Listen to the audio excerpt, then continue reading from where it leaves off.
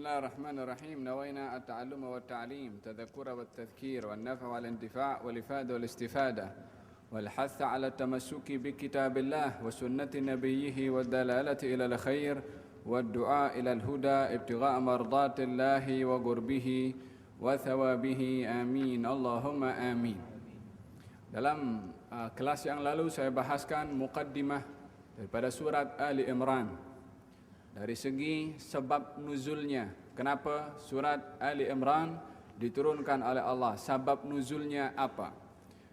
Saya bahaskan juga dalam kelas yang lalu berkenaan pemberian nama Ali Imran. Apa sebab surat ini diberi nama Ali Imran? Siapa itu Imran? Apa itu Ali Imran, keluarga Imran? Apa yang diceritakan oleh Allah di dalam Al-Quranul Karim berkenaan dengan keluarga Ali Imran? Dan kaitan antara ayat pertama daripada surat Ali Imran dengan penghujung ayat dalam surat Al-Baqarah. Apa kaitannya? Saya sudah bahas dalam kelas yang lalu. Pada hari ini insyaAllah dalam permulaan muqaddimah surat Ali Imran, Allah subhanahu wa ta'ala memulai dengan Alif Lam Mim. Alif Lam Mim adalah potongan beberapa huruf hijaiyah yang hanya diketahui akan rahasia dan maknanya oleh Allah subhanahu wa ta'ala. Di dalam Al-Quranul Karim terdapat pelbagai jenis golongan yang dapat memahami isi kandungan Al-Quran. Di sana ada makna Quran yang hanya diketahui oleh Allah sahaja.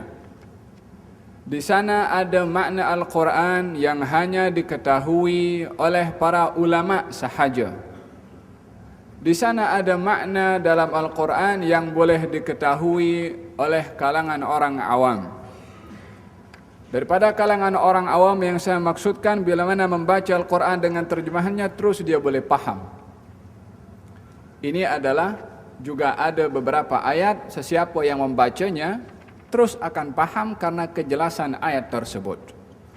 Tetapi ada ayat-ayat yang hanya difahami oleh kalangan para ulama.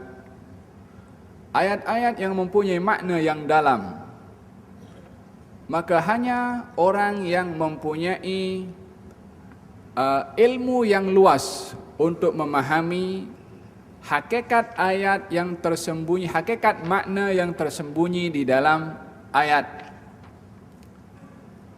Seperti firman Allah subhanahu wa ta'ala, apa itu? Allahu nurus samawati wal ardh. Allah itu cahaya kepada langit dan bumi. Macam mana nak memahami Allah cahaya kepada langit dan bumi? Atau firman Allah subhanahu wa ta'ala, Ar-Rahmanu 'alal 'arsy istawa. Allah berada di atas arasy-Nya. Yadullah fawqa aydihim. Tangan Allah di atas tangan mereka, yakni mereka yang berbaiat kepada Rasulullah. Kemudian fasbir fa innaka bi'ayunina. Sabarlah kamu, sesungguhnya kamu berada di hadapan mata aku. Ayat-ayat yang seumpama ini adalah hanya dapat difahami oleh kalangan para ulama yang menggunakan akal fikirannya untuk berfikir agar supaya memberikan tafsiran ayat itu sesuai dengan keagungan Allah subhanahu wa ta'ala, yang kalau difahami oleh orang awam akan faham Allah duduk bersila, Allah punya tangan, Allah punya mata. Kalau yang baca orang awam, kalau yang memahami orang awam. Tapi ulama akan menafsirkan sesuai dengan keagungan Allah subhanahu wa ta'ala. Ada di sana makna ayat yang hanya diketahui oleh Allah sahaja. Seperti ayat yang kita ada di dalamnya sekarang. Alif Lam Mim, Qaf, Nun, Kaf, Ha, Ya, Ain, Sad, Yasin, dan lain sebagainya. Huruf-huruf yang seumpama ini, ramai ahlu tafsir bila mana menafsirkan mengatakan hanya Allah yang mengetahui maknanya. Mengembalikan makna sebenar kepada ayat itu atau huruf itu, yang tahu hanyalah Allah Subhanahu wa taala. Kenapa Allah menurunkan ayat yang hanya difahami oleh Allah saja?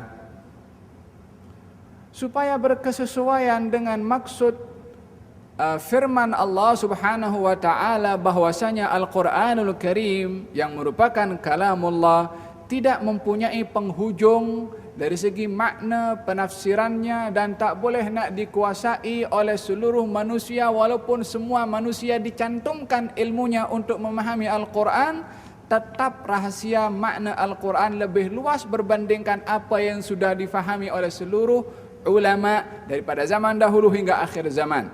Tetap masih banyak ayat atau makna ayat yang belum terungkap karena keluasan firman Allah Subhanahu wa taala. Di situ, wahai manusia yang menggunakan akal fikirannya untuk memahami isi kandungan Al-Quran, kalau ilmu kamu, pemahaman kamu, usaha kamu di dalam mengambil kesimpulan isi kandungan Al-Quran dicantumkan menjadi satu, daripada makhluk yang dahulu hingga makhluk akhir zaman, semuanya menafsirkan Al-Quran dan dicantumkan menjadi satu, semua ilmu para ulama itu, masih ada isi kandungan makna Al-Quran yang kamu tak tahu, yang hanya diketahui oleh yang menurunkannya, yaitu Allah Subhanahu wa taala, agar supaya manusia sedar kalau Al-Quran amat luas maknanya dan tak boleh dicantumkan difahami oleh sebahagian orang, apatah lagi hanya satu orang sahaja.